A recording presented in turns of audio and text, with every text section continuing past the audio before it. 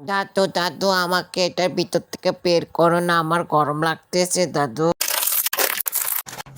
আরে দাদু আমি কি রুটি, আমাকে এভাবে বেলতেছো কে দাদু? ও দাদু একটু ভালো করে মিশাও না দাদু।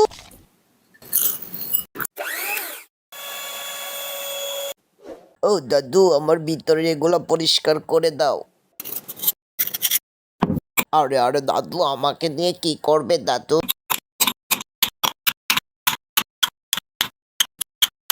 দাদু দাদু আমার ব্যথা লাগতেছে, আমার বান আমাকে।